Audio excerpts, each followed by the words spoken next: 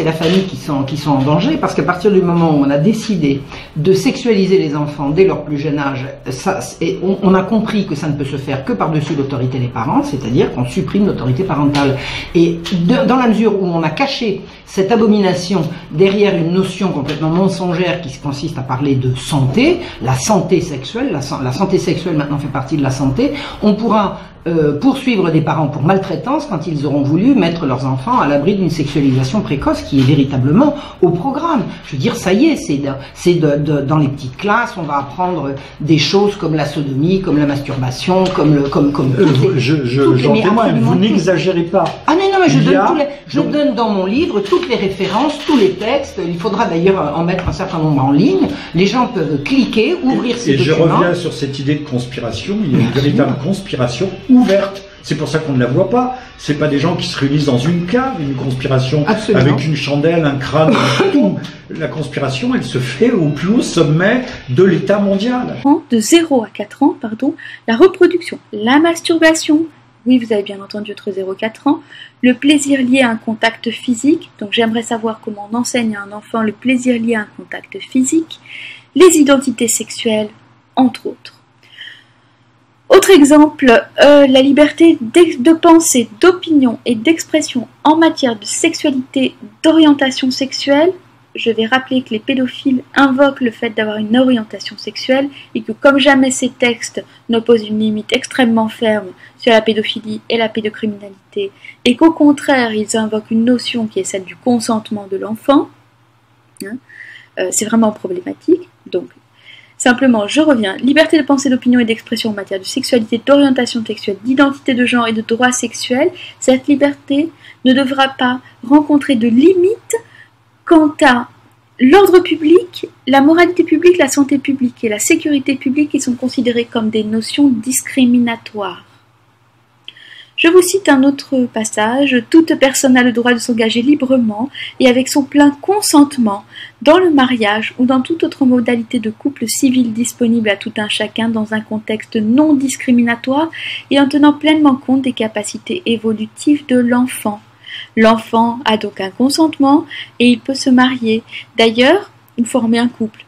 D'ailleurs, la déclaration des droits sexuels pose, et d'autres textes des droits sexuels posent comme principe qu'il ne faut pas discriminer par l'âge l'enfant et l'adulte. C'est-à-dire que cela fait sauter le concept juridique de minorité sexuelle. Vous comprenez bien ce que ça veut dire. Le totalitarisme est un régime politique bien particulier. On me dit tu y vas trop fort. Non, c'est totalitaire. C'est un régime politique qu'ont décrit Hannah Arendt, Orwell dans 1984 et Huxley dans Le meilleur des mondes. Et d'ailleurs Huxley nous avait averti que s'actualiserait dans le futur un totalitarisme où il y aurait de l'enseignement à la sexualité pour les plus petits, avec une sexualité sans conscience, sans intime pour tous, dès la plus tendre enfance. L'éducation évolue.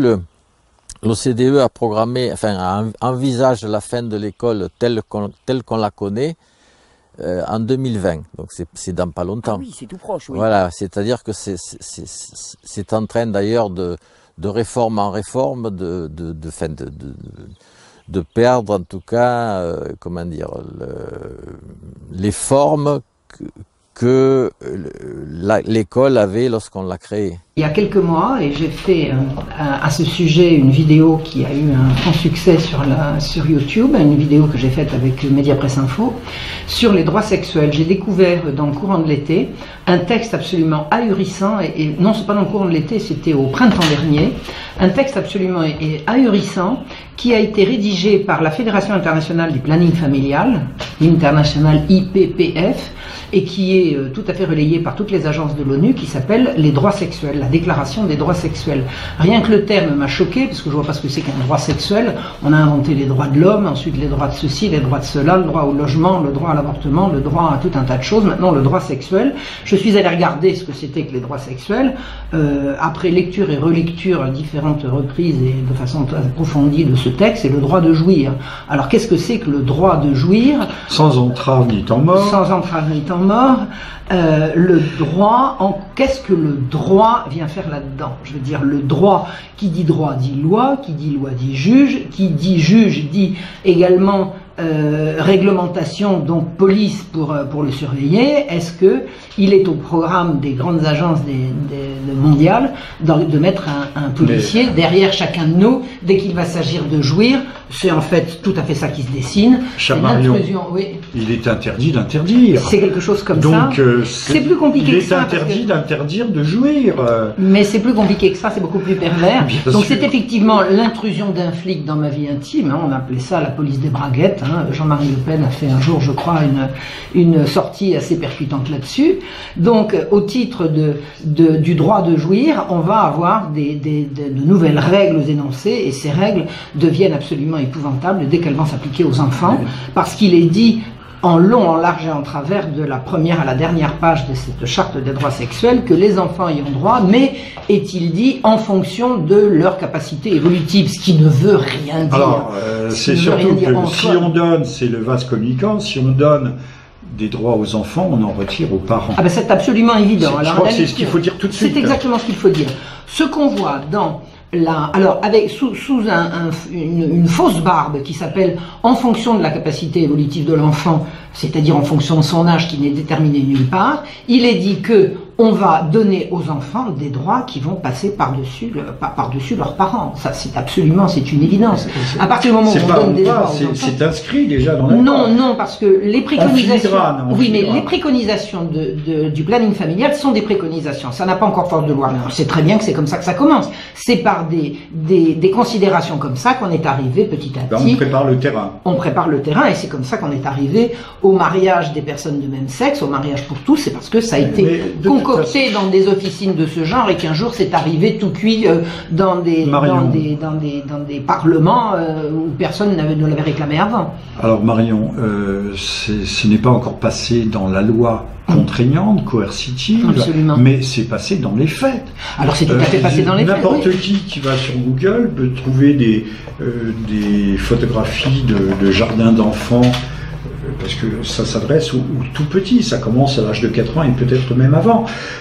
Des peluches sexuelles, on va commencer à familiariser les enfants avec leur corps. Alors, je note tout de suite, là, je brûle les étapes, mais que comme on ne pouvait pas autoriser la pédophilie, on va autoriser la sexualité des enfants. Des enfants qui ne seront plus qui ne subiront plus passivement la demande de l'adulte, mais qui seront eux qui effectueront, qui seront les proposeurs en quelque sorte, qui seront l'offre. C'est exactement ça. La demande est interdite, mais l'offre ne l'est pas. C'est exactement cela. C'est-à-dire qu'on va reconnaître aux enfants le droit de décider pour eux-mêmes. C'est dit à toutes les pages. Le droit pour les enfants de décider pour eux-mêmes. Et ce qui va être interdit et pourchassé et avec la plus grande vigueur, ça va être la violence faite aux enfants. Ça veut dire quoi? Ça veut dire que une relation sexuelle consentie par un enfant, prétendument consentie par un enfant, c'est-à-dire obtenue pas par la violence, sera considérée comme légitime. Quel est le consentement qu'un enfant peut donner? Le consentement de l'enfant, mais qu'est-ce que cela veut dire? Justement, il n'y a plus d'enfant. Si l'enfant a un consentement, une autonomie, on dit en droit, une autonomie de consentement qui est l'équivalent de celle de l'adulte. C'est exactement ça que prévoient les droits sexuels. Comment a-t-il la capacité de discriminer, la conscience claire de ce que cela signifie, quelles sont les implications, les conséquences, non seulement à court terme, mais à long terme, que ce soit pour sa santé mentale ou sa santé morale. On sait très bien, vous et moi, Marion, qu'il existe des événements de notre vie qui se réinvitent après des temps de silence ou de latence de 20, 10, 20, 30, 40 ans, et tout d'un coup on appelle ça des regrets, des remords, ou des choses remontent à la surface qui sont des blessures que nous n'avions pas soupçonnées. Or, l'enfant, c'est un temps de préservation. On doit aguerrir les enfants pour qu'ils affrontent les rigueurs de la vie. Or là, on les jette d'entrée de jeu dans le bain, dans la marmite d'eau bouillante. On les jette dans la marmite dès le plus jeune âge, parce qu'il n'y a pas que l'IPPF, donc le planning familial, qui a pondu ce texte absolument abominable. Il y a plusieurs agences des Nations Unies, comme l'UNESCO, comme l'Organisation mondiale de la santé. L'Organisation mondiale de la santé, l'OMS, a rédigé un texte qui s'appelle Standard pour l'éducation sexuelle en Europe, standard pour l'éducation sexuelle en Europe que je conseille à tout le monde d'aller chercher sur Internet. Standard en français, ça veut dire norme. Norme pour l'éducation sexuelle en Europe, qui prétend éduquer les enfants à la sexualité dès le berceau, c'est-à-dire dès la crèche, c'est-à-dire dès avant la maternelle, puisqu'ils ont un tableau de ce qu'on doit enseigner aux enfants qui va de 4 ans en 4 ans et qui commence par 0. De 0 à 4 ans, on va apprendre aux enfants à... Qu'est-ce que vous voulez apprendre en matière sexuelle à un enfant entre 0 et 4 ans? On a très bien compris ce que ça signifie. C'est clair, absolument clair comme de l'eau de roche. On va les masturber. C'est ça qui est dit. C'est ça qui est dit. Sans dire qu'il va y avoir une main étrangère, une petite main mise en œuvre, mais il est vrai qu'il y avait un document de l'OMS suisse qui préconisait que l'on enseigne les caresses intimes, ce qu'on appelle l'onanisme, aux enfants à partir de l'âge de 4 ans. Le document alors a peut-être disparu de la toile puisque nous sommes dans un monde orwellien. Quand une chose fait un peu tâche, on la fait disparaître très rapidement. L'OMS, c'est l'Organisation mondiale de la santé, ce qui veut dire que c'est déjà une amorce de gouvernance mondiale. C'est ceux qui nous imposent des vaccinations dont on ne veut pas, qui sont tout à fait indésirables, qui sont capables de faire massacrer des cheptels entiers dans une région entière ou dans des pays entiers par dizaines de milliers sous prétexte qu'il y a eu un animal malade. Donc dans le cas d'une épizootie, mais c'est également la capacité, la force coercitive de l'OMS est telle qu'elle veut mettre des pays, on l'a vu en Afrique, au moment des fièvres hémorragiques, des pays entièrement en quarantaine. Alors, je ne m'étends pas là-dessus, mais ceux qui diront qu'il n'y a pas de conspiration. Il n'y a pas de conspiration, effectivement, puisque c'est une conspiration à ciel ouvert. Absolument. Il suffit d'ouvrir son journal, si tant est que ce soit un bon journal, ou d'ouvrir son ordinateur, et on voit bien qu'il y a une conspiration, puisqu'il s'agit de déconstruire, de démolir tout ce qui a été bâti depuis des générations, depuis que l'histoire de l'homme est homme, puisqu'on nous dit... Depuis qu'il y a des civilisations. Pour remplacer tout ça par des abstractions, les sexes biologiques n'existent pas, il n'y a plus que des genres, on peut faire ce que l'on veut, il y a une plasticité, on va revenir sur ce sujet, il y a une plasticité extraordinaire de la nature humaine, et au fond la sexualité est la meilleure des bonnes choses, dès l'âge le plus tendre. Tout de suite, une information pratique. Nous allons montrer à l'écran le bon de commande, puisque le livre doit sortir d'ici 3 semaines à peu près. Mais on l'a actuellement en souscription, moins cher bien entendu. Aux éditions, il est aux éditions Sigest. Donc on peut commander, on peut aller sur Sigest en tapant Sigest sur Google. C'est pas difficile. Et puis, ça serait un moyen, commandé aujourd'hui à la fois, de soutenir le travail d'un éditeur courageux, méritant. Il faut du courage aujourd'hui pour aller à contresens, de l'idéologie dominante, qui est une véritable religion d'ailleurs. Et puis soutenir votre travail, puisqu'il va falloir se battre, j'imagine, pendant des mois et des années sur ce thème à la fois de l'enfance et de la famille, qui sont thèmes qui sont fondamentaux. Parce que... Mais c'est absolument l'enfance et la famille qui sont en danger, parce qu'à partir du moment où on a décidé de sexualiser les enfants dès leur plus jeune âge, on a compris que ça ne peut se faire que par-dessus l'autorité des parents, c'est-à-dire qu'on supprime l'autorité parentale. Et dans la mesure où on a caché cette abomination derrière une notion complètement mensongère qui consiste à parler de santé, la santé sexuelle, la santé sexuelle maintenant fait partie de la santé, on pourra poursuivre des parents pour maltraitance quand ils auront voulu mettre leurs enfants à l'abri d'une sexualisation précoce qui est véritablement au programme. Je veux dire, ça y est, dans les petites classes, on va apprendre des choses comme la sodomie, comme la masturbation, j'en témoigne, vous n'exagérez pas. Ah non, mais je donne dans mon livre toutes les références, tous les textes. Il faudra d'ailleurs en mettre un certain nombre en ligne. Les gens peuvent cliquer, ouvrir ces documents. Et je reviens sur cette idée de conspiration. Il y a une véritable conspiration ouverte. C'est pour ça qu'on ne la voit pas. C'est pas des gens qui se réunissent dans une cave, une conspiration avec une chandelle, un crâne, tout. La conspiration, elle se fait au plus haut sommet de l'État mondial. Alors, il y a une chose que je tiens à dire absolument, c'est que le prétexte scientifique, le faux prétexte scientifique qui sous-tend toutes ces abominations, a été inventé par un certain Kinsey, et là c'est vraiment le moment de le dire et de le redire.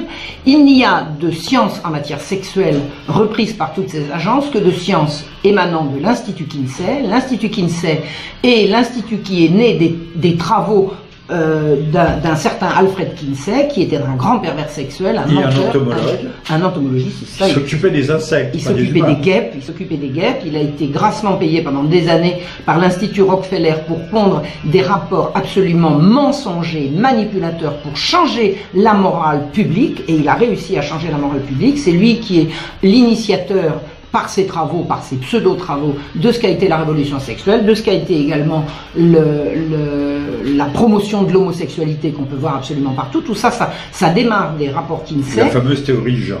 Et, entre autres, et Kinsey est celui qui a prétendu démontrer scientifiquement que les enfants étaient sexuels dès la naissance. Et j'ai retrouvé dans les documents émanant des Nations Unies et dans toutes ces agences à la fois internationales et gouvernementales, parce qu'il y a un certain nombre d'institutions également françaises qui sont gravement impliquées dans ces mensonges, la base de ces théories mensongères consiste à dire on sait maintenant que les enfants sont sexuels dès la naissance.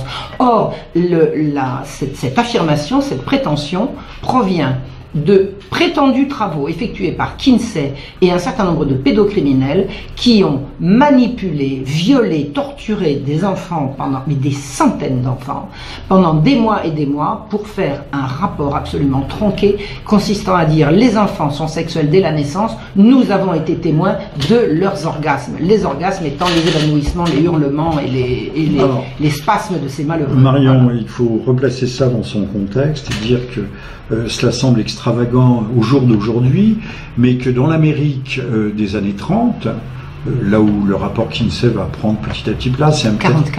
Oui, mais dans l'Amérique des années 30, on pratiquait l'euthanasie des débiles, on pratiquait l'eugénisme. Ce sont des théories qui avaient totalement libre cours. En Suède, tout autant. Il faut se remettre dans le contexte de l'époque.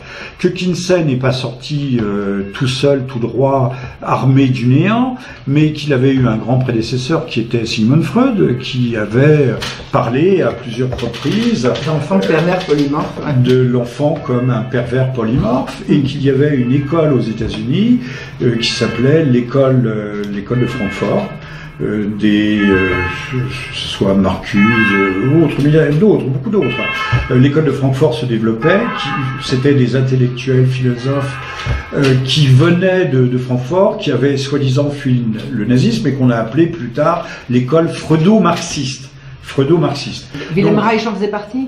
Reich en a fait partie plus tardivement. Reich qui est mort en prison, le malheureux Reich.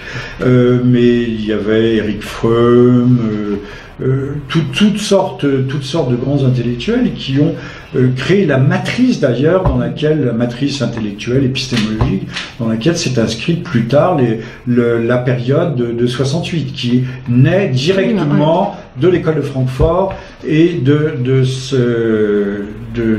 ces freudo-marxistes. Donc on a tout un courant. Les révolutions, vous le savez comme moi, sont des guerres idéologiques. Et il n'y a pas de véritable révolution sans la construction d'une doctrine, d'une vision du monde qui à un moment donné va s'imposer et subvertir tout l'héritage du temps on ne peut pas dire des temps anciens, mais des temps précédents. Alors, ce qui est intéressant de voir, c'est que mon livre sort un mois après, en même temps que la traduction française du livre de Judith Reisman, Kinsey, la face obscure de la révolution sexuelle. Le travail de Judith Reisman est un travail absolument fabuleux. Elle a lutté pendant une trentaine d'années contre tous ces mensonges. C'est un parcours absolument étonnant. Judith Reisman est venue très récemment à Paris, où nous avons eu le plaisir de l'accueillir.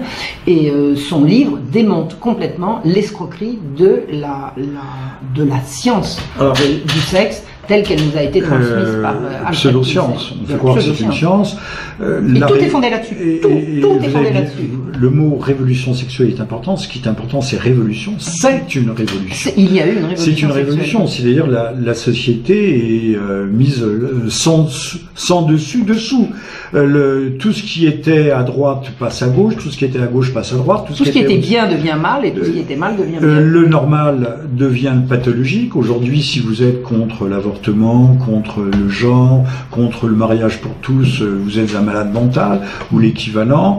Et ce qui était pathologique hier devient la normalité. C'est ce qu'il faudrait comprendre.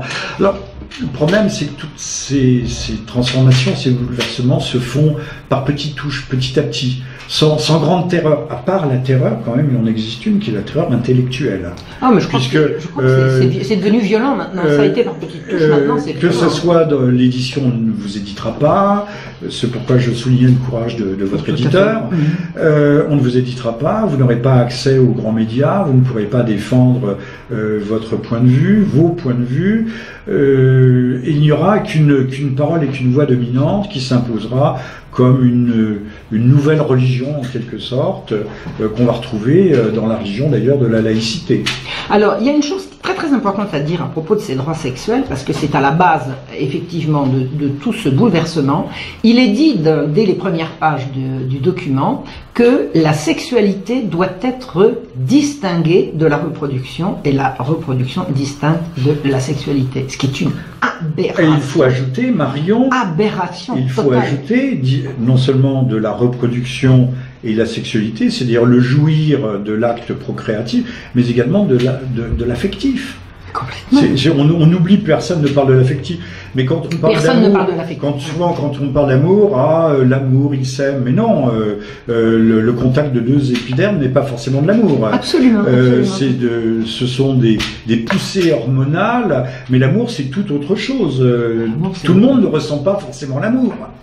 Donc il y a aussi un trucage, une falsification des mots, des termes, du vocabulaire qui est proprement hallucinante. C'est-à-dire que dans la mesure où on ne peut pas mettre l'amour sous le scalpel du scientifique, il est absolument exclu de ces droits qui prétendent s'appuyer sur on met des électrodes et on mesure le degré d'orgasme. Voilà, et l'amour lui-même, c'est plus difficile. Voilà. Alors c'est fou parce que exit l'amour. Alors exit l'amour, il n'apparaît absolument nulle part, mais exit également la reproduction. C'est-à-dire que, et ça nous mène au droit absolu fondamental, le droit d'avorter, alors que le droit d'enfanter, le droit de se reproduire, le droit de faire des enfants, le droit pour une femme d'accoucher n'est marqué nulle part, absolument nulle part. Alors bon, la glissade. Et on ne parle pas des devoirs. Et alors, la glissade est évidente entre le droit d'avorter et l'obligation morale. Alors on a le droit de jouir. On a le droit de jouir, mais on n'a pas le droit, il n'est marqué nulle part, le droit d'accoucher quand on a eu une relation sexuelle féconde. Et si cette relation sexuelle s'avère catastrophique, qui prend en charge les causes, c'est le contribuable qui paye l'avortement remboursé à 100%, alors que les moyens de contraception ne le sont pas. C'est plutôt 60%, les différents moyens de contraception. Donc l'avortement est devenu, alors que dans la loi Veil, c'était un remède. La loi Veil était claire, il ne s'agissait que d'une mesure de secours pour des détresses. Simone Veil a été explicite là-dessus, je ne dis pas qu'elle a eu raison, mais elle a été explicite. Elle dit aucune femme n'avorte de gaieté de cœur et il s'agit de remédier à des situations d'exception et de détresse. Alors que maintenant, mais il y a quand même un loup enterré là, c'est que la contraception n'est pas remboursée, mais si l'avortement est remboursé, il faut voir quand même que l'avortement rapporte beaucoup d'argent. Alors, il n'y a pas eu d'études faites en France, je ne vais pas m'avancer. 220 000 avortements. 220 000 avortements en France. Par an, en moyenne, ce qui veut dire qu'il y a 10 millions d'enfants qui ne sont pas nés en France. Là, on a un véritable génocide. C'est quelque chose. C'est autre chose une autre chose sur laquelle je voulais insister, c'est que le planning familial américain a été piégé par des anti-avortements qui ont réussi à faire parler une médecin appartenant à cette détestable organisation et qui a avoué que chaque avortement représentait au bas mot $500 de bénéfices. Pourquoi? Eh bien parce qu'on récupère des pièces détachées de fœtus et certainement beaucoup d'autres choses, puisque un laboratoire suisse vend des produits cosmétiques pour la peau à l'aide dans lesquels on a du collagène. Donc nos sociétés pratiquent le cannibalisme sans le dire. Sauf qu'on les mange pas. Sauf qu'on les mange pas. Ouais. Oui, mais enfin on se met sur la peau. Ouais. Alors l'idée, voilà, évidemment, voilà, c'est quand même extraordinaire. Oui, alors évidemment, c'est fait avec la plus grande hypocrisie, c'est-à-dire que c'est pas la Suisse qui va récupérer des fœtus pour les vendre aux Suisses, mais elle récupère les fœtus, elle les vend sur le marché mondial, et ça repart. Bon, il y a eu des articles qui ont été faits là-dessus, c'est absolument abominable. Donc l'avortement, il est remboursé intégralement, il est très très violemment promu, c'est-à-dire qu'une personne a le moindre souci, vous inquiétez pas, on va vous faire passer ça. Attends, et c'est pris en charge par le contribuable. Et ça rapporte, de toute évidence, ça rapporte beaucoup d'argent. Alors que ça efface complètement la responsabilité individuelle, c'est-à-dire la liberté ne se conçoit que par rapport à une responsabilité, un choix. Tandis que là, jouissez, l'État s'occupera du reste. Je jouis, tu jouis, elle avorte.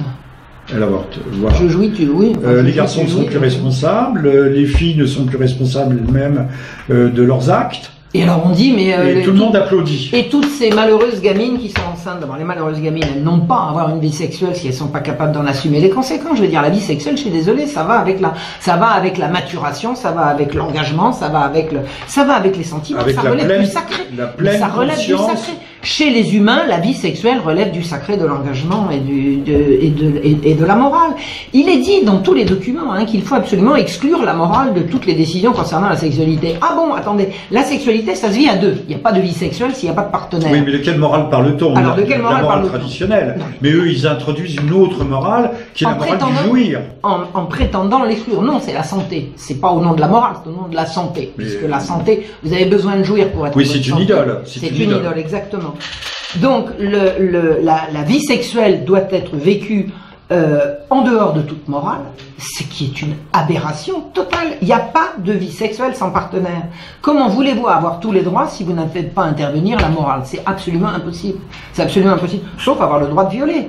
Ah mais c'est pas ça qui est marqué dans les textes. Ben, c'est peut-être pas ça qui est marqué dans les textes, mais c'est ça. Mais c'est la conclusion. Mais c'est la conclusion. C'est la conclusion logique. Et moi j'ai eu l'impression quand même, après avoir lu et relu tous ces textes, j'ai quand même eu l'impression que les agresseurs des femmes de Cologne, et d'ailleurs il y a un an, c'était simplement des gens qui ont fait valoir leurs droits sexuels.